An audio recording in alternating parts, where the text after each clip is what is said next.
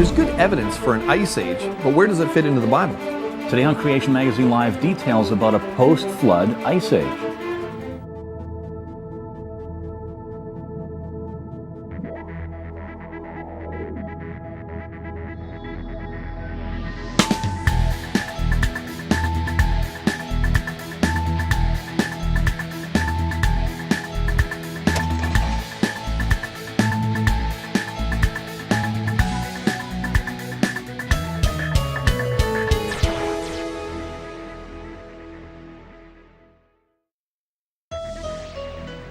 Hi, I'm Calvin Smith. And I'm Richard Fangrad. And today on Creation Magazine Live, we're going to be talking about evidence for an ice age. And so there is actually a great abundance of evidence for the fact that there was an ice age on this planet at one time. Right. Now there's controversy as to how many ice ages there were, depending on which scientists are discussing it. Yes, yeah. But as far as just evidence that we believe that there was an ice age, well, yeah. Glaciers that grow, as they're growing, they're going to be picking up, scouring the ground, picking stuff up. As they retreat, they're going to drop that stuff as the stuff melts. So that's why you're driving along, sometimes you see a nice clear, and all of a sudden there's this big boulder there. You say, well, how'd that boulder get there? Right. Things like that, moraines, till deposits, U-shaped valleys as the glaciers retreat, et cetera. So there's a lot of evidence for an ice age. So from a Christian perspective, to argue that there was no ice age and things like that, we don't think really, that's that's not a really valid position scientifically. Right. Everybody agrees. Everybody involved in geology and looking at the Earth and so on, everyone agrees that there was an ice age. The question is, for us as Christians, right, where does that fit into the Bible? Because the Bible doesn't seem to mention a big event like that. And that's what we want to work toward on this show here. And there's actually a few surprises that we have as well, as far as which system of history an ice age best fits into. Right, the evolutionary timeline or the biblical timeline. That's is right. What you're referring Much of to. the data interpreted by evolutionists for multiple ice ages is best understood and can easily be interpreted as the advance and retreat of a single ice age. Yeah, so to clarify, an ice age is characterized by kilometers thick glaciers that scour the landscape. They grind up rocks, they scratch rocks, and you'll see evidence of that, where rocks, and all these types of things. And it's not this notion that people say, well, an ice age, that means the entire world was covered with ice. Not at all. That's not what it means. No. It just means that the ice caps at the North and South Pole grow, and then they shrink back toward the end of the ice age. Right, and so if you see a map of what they consider to be the ice age, it'll only extend a certain portion, et cetera. Right. The ice never covered more than about a third of the Earth's surface at the period of maximum glaciation. Right. It never covered more than a third of the Earth's surface. So the first thing we need to ask is, well, how do you generate an ice age anyway? Like, what would the conditions have to be like? And so you need actually three conditions. You need more evaporation, because you're going to need from the oceans. From the oceans, because the water for these mile-high glaciers are going to have to come from somewhere. That's a lot of water. Where's it going to come from? Well, from the oceans. So you need more evaporation. You need more snowfall. So that means that evaporation needs to fall in the form of snow in order to pack down. You start creating these glaciers, ice and stuff like that. So that means you need cooler summers. So that snow needs to fall on colder land masses, so that it doesn't melt, so that you can get the accumulation. You build it up year after year after year. Exactly. So essentially, we could boil it down to even two major components: warm oceans that produce more evaporation, and cool continents. That's right, cold land masses. So That's exactly right. how do we get that? What causes that? Right. Evolutionists have difficulty modeling an ice age, and today the way this is done is with weather software. Right. You change for example, the greenhouse gases, the radiation from the sun, and so on. And what evolutionists typically play with is scenarios such as the sun's radiation lessening. Right. For tens of thousands of years. And less heat coming from the sun. Less heat, but the problem with that is, if you cool down the oceans, you shut down evaporation. Well, that was one of the three conditions. That was one of the major conditions, right? Right. You need warmer oceans so you get more precipitation. But if you've got less heat, you've got cooler oceans, you've just taken away one of your conditions here. Right. So it's this problem that it's a problem for evolutionists to generate this, because you need both heat and cool. And so what kind of condition is going to generate those three things naturalistically over millions of years? Right. And evolutionists believe that of course, the ice ages have been cyclic. There's been many ice ages. Well, some do. Some are going for the one ice age thing now, because I guess it's problem enough to cause one, let alone multiple ones. But anyway, there's different theories out there. So what are we going to say as Christians? We're going to look at what the Bible says about Earth history. We're going to look at, is there an event in there that could come up with these two conditions that are vital to coming up with an ice age. And of course, we believe Genesis is plainly written. We're looking at Genesis 6-9. There was a global flood. We're going to show that it actually provides the conditions required for an ice age and how that fits into biblical history. If you have ever tried to knuckle walk on all fours like a gorilla, you'd soon realize that it's difficult to do. But some apes do this with ease, partly because they have specialized wrist joints, which we don't have. Australopithecus afarensis, also known as Lucy, is an ape-like creature that some claim is our ancestor. Evolutionary books show pictures of Lucy walking upright, so you wouldn't expect her to have knuckle-walking wrist joints. But recently, scientists were shocked to discover this wrist joint structure in Lucy's kind. According to one of the researchers, I walked over to the cabinet, pulled out Lucy, and shazam! She had the morphology that was classic for knuckle walkers. If Lucy really is our ancestor who walked upright, why does her wrist anatomy suggest she walked on all fours? It just does not add up. To find out more from Creation Ministries International, visit our website, creation.com.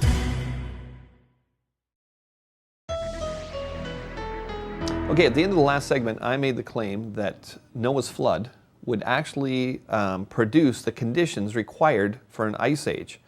We said there was 3 conditions, but really boiled it down to 2. We would need warmer oceans, cooler land masses in order to generate the right conditions in order to trigger an ice age. Right. And so many people might have been thinking, well, how would that work? Okay, exactly. Well, let's run through that. So we have, the Bible talks about the fountains of the great deep opening and the windows of heaven open. So you have kind of these 2 sources of water, rain from above, and also something happening in the oceans, the fountains of the great deep, whatever that might be referring to. Right. So creationists believe that there was one continent originally.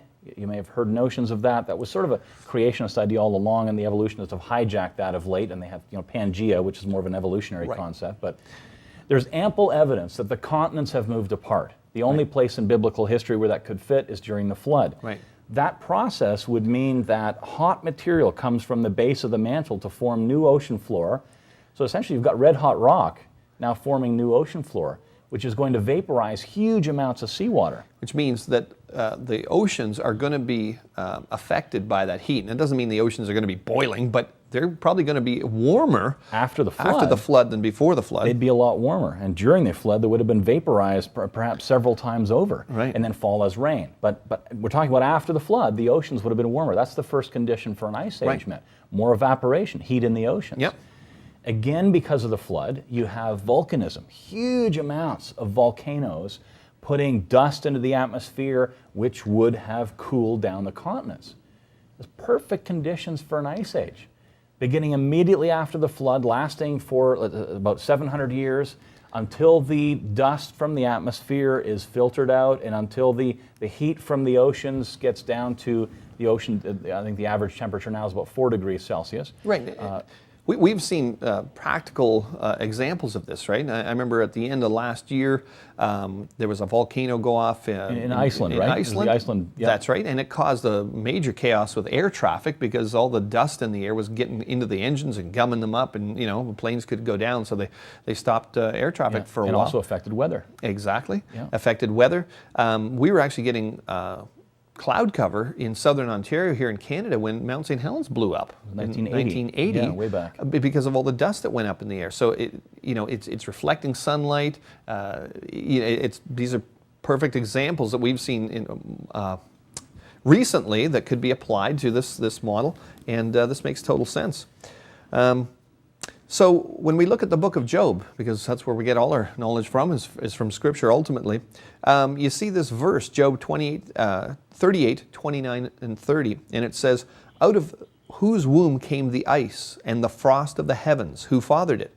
The waters are hidden like stone, and the face of the deep is frozen." This is the first time in the Bible that talks about the womb of ice. I mean, this obviously was something that Job was observing that must have been pretty momentous or stupendous or whatever, Yes, right? yes. It's almost like he's looking at this glacier face going, where did that come from? Right? And there's other talk of ice and snow and that type of thing in the book of Job. Right. The events in the book of Job probably happened shortly after the flood. Right, It's a very old book Yep. of the Bible. Yep. So was the Ice Age going on during the time of the book of Job? That makes a lot of sense. It would fit. Actually. Yep. The Neanderthals, even evolutionary anthropologists now group them in with humans, but their bone structure was different. Yes. Why? That we would understand Neanderthals as a people group that moved northward from Babel after the dispersion at the Tower of Babel. Yes. The first Neanderthal was found in the Neander Valley in Germany, and in that area, during the time of the Ice Age, it would have been cold and dark and damp. Right. It's well understood nowadays that the Neanderthal people suffered from a bad diet, which would have led to diseases like rickets and arthritis, Bone an diseases. extreme variety of that, Yep. causing their bones not to harden, and they exhibit this brutish appearance that we're familiar with those Right. with the Neanderthals. So anthropologists have suggested that these brutish appearances are partly due to these diseases. They were obviously a very robust people, but perhaps this exaggeration to this brutish image came from some of the hardships they would be happening if they're living in that part of the area Right. where this where they would be suffering the effects of the Ice Age. So again, Now- great support for biblical history. And here. elsewhere in the world, in Egyptian and Babylonia, where there wasn't an ice age, no glaciers, civilization flourished. Right. Lots of evidence for an ice age.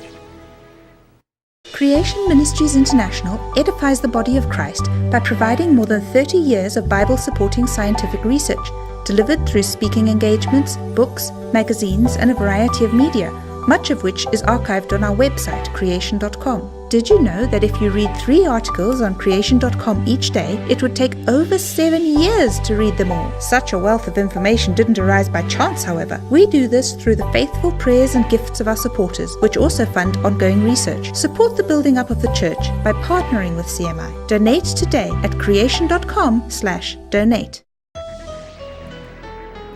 Okay, so if the Ice Age happened fairly recently after the flood, and the flood was what, 2400 BC, somewhere around there. Ice Age lasts for about 700 years, something like peaking at maybe 500 years, and then, we still see the glaciers melting back today. But folks may be wondering, what about ice cores, drillings of samples of ice, for example, in the Greenland ice sheet? Don't they show evidence of multiple ice ages over eons of time? This is what the evolutionists are trying to use Yes. to support their story. So layering is certainly visible in the uppermost section of these ice cores anyway, right? Right. Because as they get compacted, it kind of gets a little blurred. But in the uppermost section, you can see layering. But it really only correlates with an annual pattern in the past few thousand years. So really, this is exactly as it should if it represents annual snow deposits since the Ice Age. Right. Right? Yeah. Rather than this, ancient time period, et cetera, that evolutionists are pointing to. And when you get lower down, the upper portions of it show that layering. It's almost like tree rings. Right. And you can sort of count the years there, but as you get lower down, those layers become less defined, Right. and can easily be understood as being laid down in a single storm. You have different layering Right. as the wind changes and so on. Now, this idea that these, takes a long time for this ice to build up, thousands and thousands and thousands of years. We had an article in Creation Magazine called "The Lost Squadron." And I'm just going to describe this Yes, story because this was an amazing, fascinating fascinating story. An amazing story that helps us understand the formation of these Greenland ice sheets. On July 15th, 1942, 6 P-38 fighter planes and 2 B-17 bombers on their way from a U.S. airfield to a British airfield to join the war were forced to crash land on the east side of Greenland. The crew were all rescued but had to abandon their airplanes. They landed wheels up and slid to a stop on the ice to do this. So that was in 1942 as the Second World War is going on. Right. And in the 80s and 90s, there were some guys that said, "Hey, we can salvage these airplanes." They were airplane restoration specialists and so on. Right. They were very interested in these old planes, They which learned no the longer history, exist. and they thought, "Hey, we'll just go and." Yeah. And U.S. airplane dealer Patrick Epps told his friend architect Richard Taylor that the planes would be like new. Quote, all we'd have to do is shovel the snow off the wings, fill them up with gas, crank them up, and fly off into the sunset. Nothing to it. Right, so they obviously didn't expect there to be a lot of snow covering them, or ice. Their perception of the rate at which these things build up is the common perception that most people have today. Right. That the Greenland ice sheet has built up over eons of time, hundreds of thousands, if not millions of years. And so the accumulation every year is just not that much. Right. But the problem was that they attempted to find these planes, but after a little while they did find them, but they found them buried under 75 meters, 250 feet of ice. So they expected to find them sitting on the surface, you brush off the snow, you can't give anything, you get along, and all of a sudden they find them buried at 250 feet down. This is a complete shock to them, right? How would this ice have built up so quickly in this way of thinking? Yeah, that's amazing. That's like 1.5 5 meters feet per year. About 5 feet a year of snowfall. That would have had to accumulate since these planes that on time. average, yeah. Incredible. The B-17s were crushed and unsalvageable under that weight of ice, but the P-38s, which were built more ruggedly, were in better condition. Restoration went ahead. They melted a hole down through the ice with this specially designed melting machine, and the hot water running through tubes of copper and so on, copper pipes. And they dismantled some of the P-38s. They brought them to the surface, shipped them back to the U.S., restored them, and with about 80% of the original parts in 2003, after nearly 60 years, the planes flew again. Right.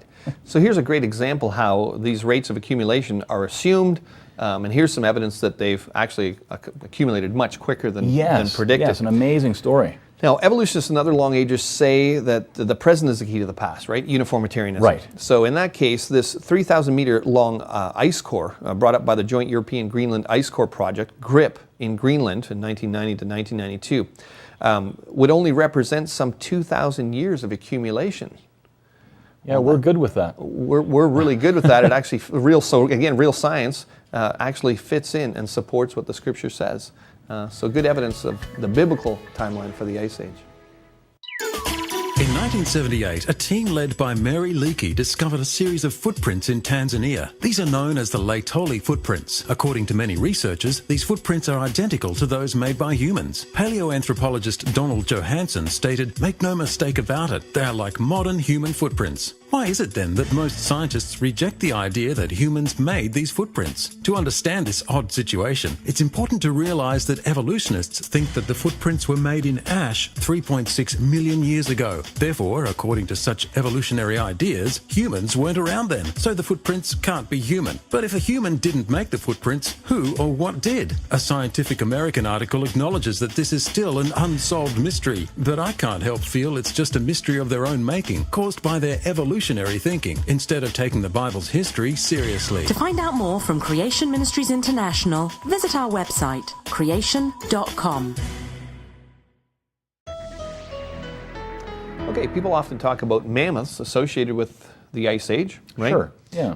They often associate the two, and the remains of hundreds of thousands of woolly mammoths are found across northern Europe, Siberia, and Alaska. There was actually a lucrative trade in mammoth ivory for many, many years.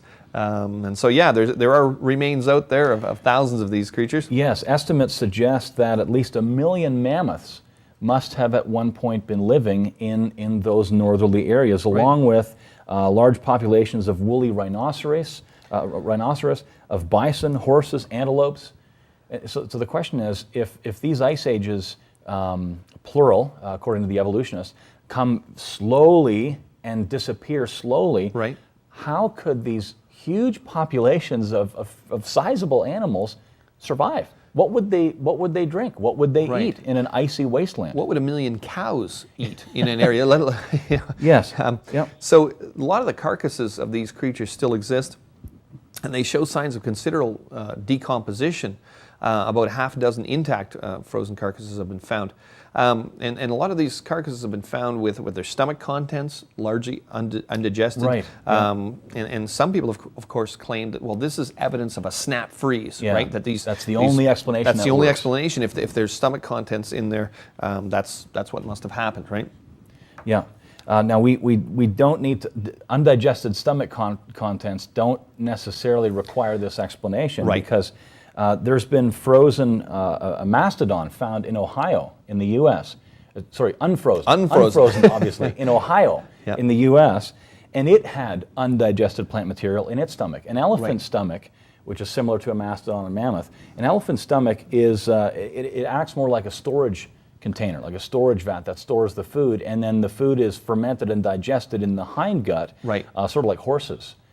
So you wouldn't expect the food to be digested there, and it's not really surprising that the food wasn't digested. We don't need to invoke this massively catastrophic Right. idea to explain the mammoths Now up north. remember too that a lot of these carcasses of mammoths that have been found were they look like they've been rotting for a little while. There's serious decomposition in some of these. Right. Also, they found fly larvae inside some of these decomposed carcasses. So that shows that the creature died. Flies landed on them, deposited larvae It's been rotting, and it's been rotting. So obviously this flash, snap, freeze doesn't make sense because of it. How would the flies have got to the creature, etc. So Right. there are some problems. Of course, we got some cave paintings of mammoths, obviously done by people living after the flood. So they've Yep. seen these creatures. And there's evidence that mammoths lived as far south as Mexico, so they were adapted to a wide range of climates. Right. The burial and freezing of these mammoths cannot be accounted for with the uniformitarian, evolutionary, the slow and gradual notion of the present is the key to the past. Right. Over many thousands of years. Right. However, while the mammoths are a big mystery to evolutionists, they fit in quite well. We can come up with reasonable scenarios to explain the mammoths that are Right. found in the biblical flood with a post-flood ice age. Right. So when did they live? I mean, the mammoth remains are frozen in silt for the most Yeah, part. a lot of people think they're frozen in ice. Right. That they're frozen in these blocks of ice, but Right. they're frozen in silt. Right, now on the- top of flood sediments. That's right. The silt's laying on top of what we would consider flood sediments. So obviously it happened after, sometime after the flood, and of course we would think during the ice age at some time that took place So after here's the a flood. scenario that's been proposed late in the ice age. Because the climate changes around the Arctic Ocean, there would have been climate changes there, a drought is likely. And then late in the ice age, as the glaciers are retreating and exposes the land, there's drought, and then you have dust storms. Right. Because you need a source of dust, of wind-blown silt, to bury these mammoths. That's Right. what they're buried in. It's wind-blown silt. And so there is a very reasonable biblical scenario based on biblical history to explain the frozen mammoths. They were buried in silt Right. and frozen after that. Right. Now, if you want details on the Ice Age, you can go to creation.com/Ice Age, and there's a whole Q&A page there that discusses these things. So here's another example where mammoths are kind of a mystery sometimes for evolutionists to explain, easily explained by what the Bible says and what biblical history talks about. So again, just giving evidence that really the Bible should remain our source of information.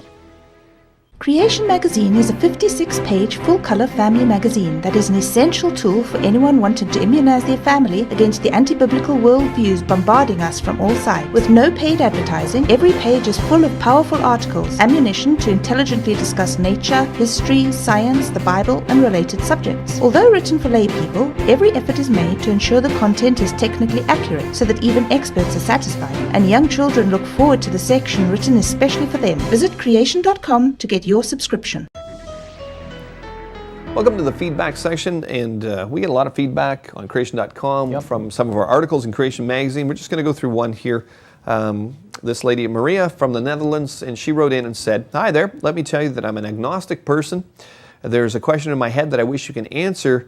If there's only one true God, how come the world today has diverse religions?" A common question, actually. Right, yeah, a common question. And there's other questions as well Yep. in her feedback here. This is from February 2012. You can look it up there, The Fall and the Existence of Other Religions. You can go to creation.com and see that. But the response here, this was done by Lita Kostner, one of our information officers, and I'll just read the response. It's a good response, doesn't need any modification. Because the world has fallen, and some people groups forgot who the true God is, others consciously rejected him, some people still reject him today. We're told that even though people should be able to see God from creation,